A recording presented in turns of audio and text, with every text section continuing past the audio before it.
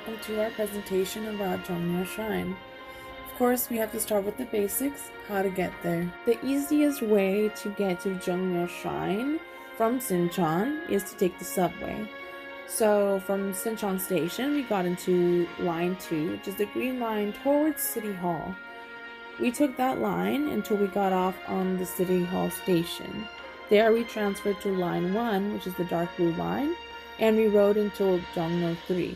To Jongmyo 3, we took exit 11 in order to leave us the closest to the entrance of Jongmyo Shrine. If you end up taking another exit other than exit 11, as long as you go due east, you will find the giant green garden area that is right in front of Jongmyo Shrine, and when you see that, you're there. Please be warned that when searching Jongmyo Shrine, you may be directed to Changgyeonggung Palace. Keep in mind that there is no connection between both areas, so you must enter Jongmyo Shrine through its entrance next to Jongmyo Plaza. If you choose to visit both, you can take bus number 272, which drops you off in front of Changgyeonggung Palace, and then walk 15 minutes to the entrance of Jongmyo Shrine. Grass and garden areas are featured on either side of this gravel road with various small paths, benches, and other sitting areas. We will first look at the Jongmyo Bridge, also known as the bridge leading to the Royal Ancestral Shrine. This bridge was used during the Joseon dynasty as a way to link two districts together, Hodong and Jaesengdong. It was used by kings during the Joseon for ancestral rituals or other meetings of importance. This bridge was originally made out of wood, but in 1421, during Sejong's rule, it was remade into stone. On the bridge were hete, which are mythical beasts that were meant to guard it. Let us now backtrack just a little bit to look at some of the historical pieces just outside the shrine, like this hamabi, also known as a Jongmyo dismount marker. Although they were originally made out of wood, these were stone markers to identify important places, such as ancestral shrines and palaces, which people needed to show their respect towards. To do this, officers and visitors would dismount from their horses as a sign of respect. Stone markers replaced wooden ones in 1663, when the Jongmyo was renovated. Hamabi can be found at other sites across Korea, as they later began to be used for marking other important places. Right besides this hamabi is this angulgu pedestal, otherwise known as the hemispherical sundial.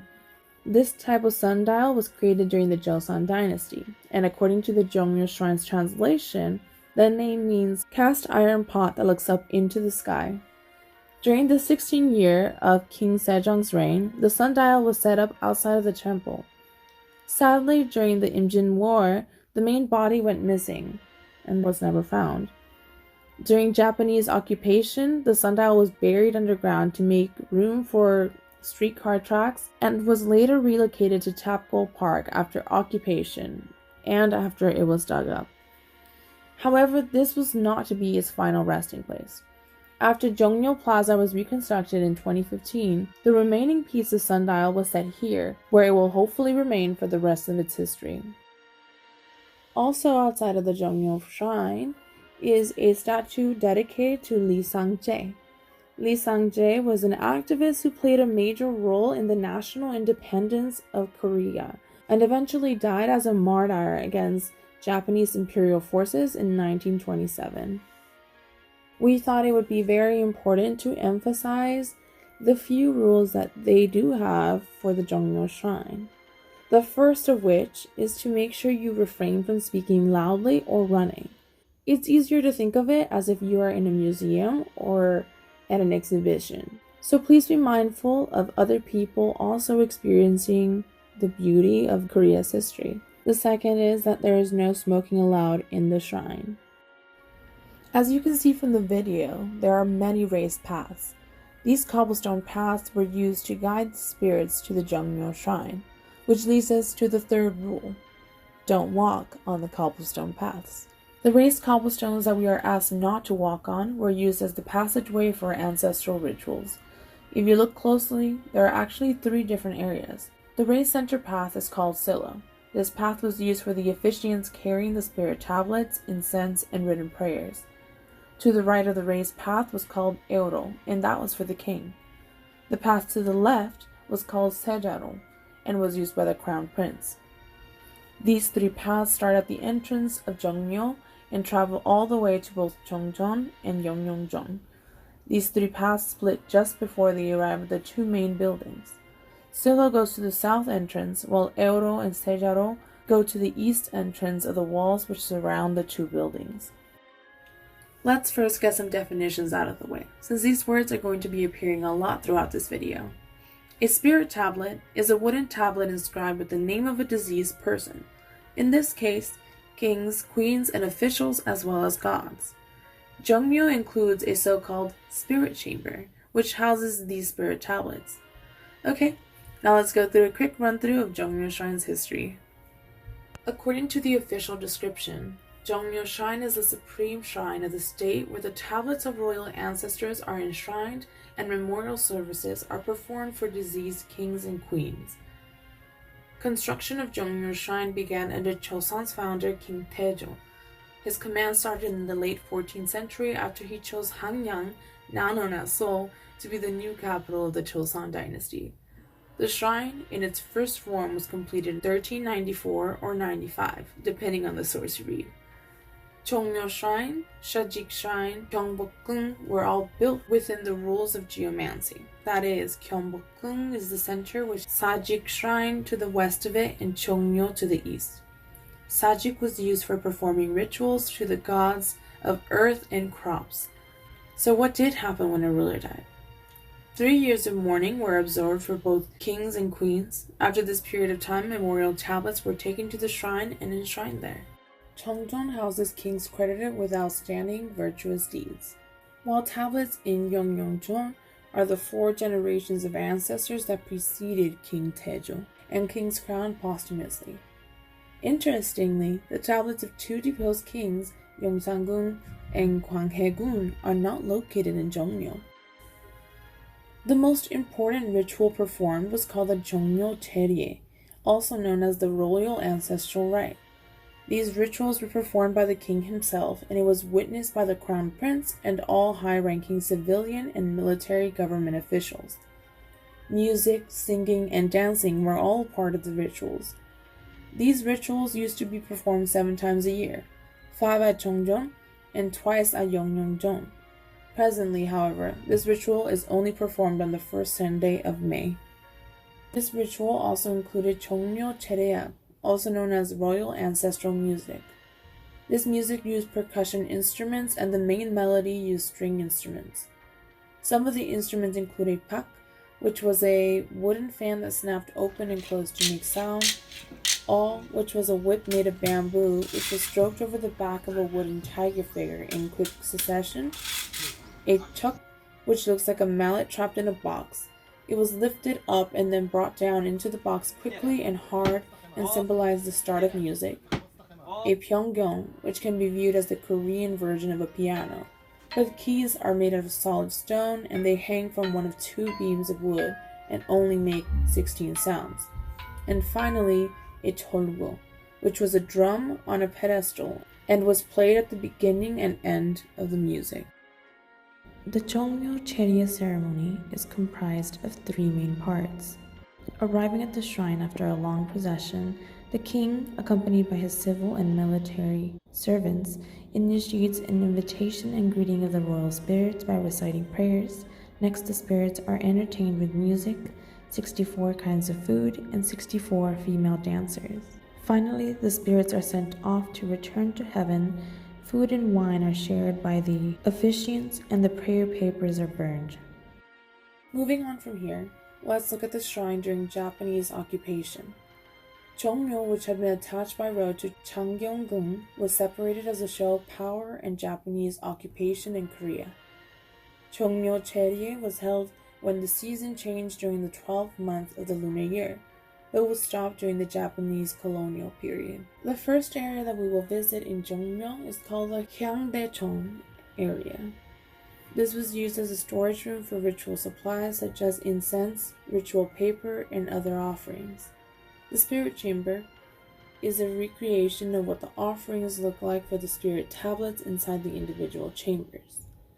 Other things found in this area include the golden seal of King Taejo, the jade binder, which has King Taejo's achievements engraved, and incense, which was used to call spirits from the sky when lit, ritual paper, usually adorned with names, and white rami, which was given as a gift to the spirits. Next, let's visit Chaegung. This was used as a preparation place for the king and crown prince, as it was located right beside the east entrance to Cheongjeong. There are 3 buildings located in the complex, one for the king, one for the crown prince, and finally a bathhouse. This place was used in hope that the king and prince would be able to clear and purify their mind and body before they had to focus on the long rituals ahead. Ceremonial clothing was worn for their ceremonies. Before the dynasty changed from king to emperor, there were 9 ornaments that hung from the headpiece, but afterwards, 3 more were added for a total of 12. This folding screen in the back is split up into 8 pieces. It shows the royal rites ceremony with drawing and writing. The next and largest area we are going to look at is called the Jongjeon area. Jongjeon is the main hall and most important building of Jongmyo Shrine. As you can see, there is a massive raised stone platform, and all around there are walls with 3 gates. If you look at the cobblestone path which leads to the south gate, you will see that it continues all up until it reaches the main building. This is because it was believed that the spirits used the south entrance to enter, and hence that path which I mentioned at the beginning leads here. The east entrance was used by the king and ritual officiants to enter, while the west entrance was used by musicians and dancers. When Jongjeon was first built in 1394 or 95, it consisted of 7 spirit chambers. However, over time an additional 12 chambers were created. Those 19 chambers make up the super long building called Sinmi Pongando. It currently houses 49 tablets. In this area we also see 2 other buildings, Gongsingdang and Chilsadang. Gongsingdang houses tablets of meritorious officials who assisted kings enshrined in Jongmyo. These people were enshrined for their various acts of loyalty or their abilities and talents. In total, there are 16 chambers and a total of 83 tablets. Chilsadang, on the other hand, is where the spirit tablets to the 7 gods of heaven were enshrined. Prayers were offered to the 7 gods, usually asking that affairs related to the royal family and state would be without difficulties. Rituals performed here usually involve traditional religious elements and, of course, Confucian philosophy. Finally, let's look at the last big building area in Jongmyo Shrine called Yongmyo, also known as the Hall of Eternal Peace. This place was built as an extension to Jongjeon and has the same facilities and layout. However, compared to Jongjeon, it is much smaller and far more intimate. Like Jongjeon, it has 3 entrances, has a raised stone platform, and is enclosed by 4 walls. According to the translation by Jongmyo Shrine, Jongmyo means, "May the ancestors and descendants of the royal family live long in peace." Originally, Jongmyo has 6 chambers, but was eventually expanded to accommodate 16 spirit chambers and 34 tablets. Jongmyo Shrine received UNESCO World Heritage recognition on December 4th, 1995. This was a major event for Korea because in the same year they had 3 places given UNESCO protection: Jongmyo Shrine, Sokguram Grotto and Bulguksa Temple, and finally Haeinsa Temple, which houses the Tripitaka Koreana woodblocks. It was chosen because, according to the official stone plaque, it has invaluable and distinctive features which deserve special protection for the benefit of all humanity. The overall significance of Jongmyo Shrine is that throughout the Joseon dynasty, it was the primary place of worship for the kings. And as mentioned, it is the supreme state shrine that holds the royal ancestral tablets of deceased kings and queens. In addition, Jongmyo Chariot is said to be the oldest complete ceremony in the world. The Jongmyo Shrine now is a popular tourist location. You can visit the shrine every day of the week except for Tuesday with a small fee of 1,000 won. Not to mention that included in your entrance fee is a guided tour of the shrine in one of the many languages offered. If you would like to just walk around, make sure you go on Saturdays as it is the only day that has no guided tours and is completely free. However, if you are interested in other historical sites, the best deal available is the combination ticket, which can be bought at any of the 4 palaces or Jongmyo Shrine. The ticket costs 10,000 won and allows you to enter all of the 5 main historical attractions, such as Gyeongbokgung, Changdeokgung, Changnyeonggung, Doksugung, and Jongmyo Shrine. The ticket can be used one time at each location and can be used up until 3 months after you purchase it. One of the tourist attractions at Jongmyo Shrine is a stage ceremony where the crown princess of Choson reports her marriage to the spirit of deceased royal ancestors called Myohyo Lie. This was one of the only rites performed at Jongmyo in which a female could participate in. This ceremony first started in the 22nd year of King Sukjo, after the princess and prince married. During the ceremony, the host declared the procedures that happened during the ritual. During the ritual, those in the civil military wore red, while everyone else wore black. 4 bows were made by the king to signify loyalty and devotion. The king and prince held the jade, while the officials held something similar, but with notes to the king. The doors would then open so the chambers could be inspected. The king wore a crown with 9 beads, and the crown prince wore 7.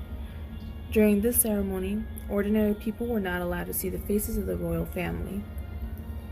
As mentioned before, Jongmyo Shrine was a place for men only, so only during the ceremony were women allowed to enter the shrine. Once the officials would leave, the queen, princess, and court ladies would enter. Women would bow to the west for yin, and men to the east for yang. If you love Korean food, you don't want to miss eating your way through Gwangjang Market in Seoul. It's one of the ultimate places to experience traditional Korean street food and culture all under one delicious roof. Located less than 10 minutes away by foot from Jongmyo Shrine, we highly recommend making the trip to visit this iconic market, which holds more than 100 years of history. From tteokbokki to sundae to bibimbap, and of course the iconic raw octopus. This market is a warehouse of Korean delicacies that are definitely worth trying. A great place to stop by after picking up food from the market, or just to chat with friends, Jongmyo Stream is a nice area to hang out, just south from Gwangjang Market and running approximately 11 kilometers total in Seoul. The stream that now exists is a remodeled version of the stream that naturally existed in this spot during the Choson dynasty. After the end of the Korean War, the natural stream was covered to build a highway in an effort to increase economic prosperity and speed developmental efforts. In 2003, the highway was removed and the stream was restored to how we see it today. Thanks for watching our video, and we hope you enjoyed it.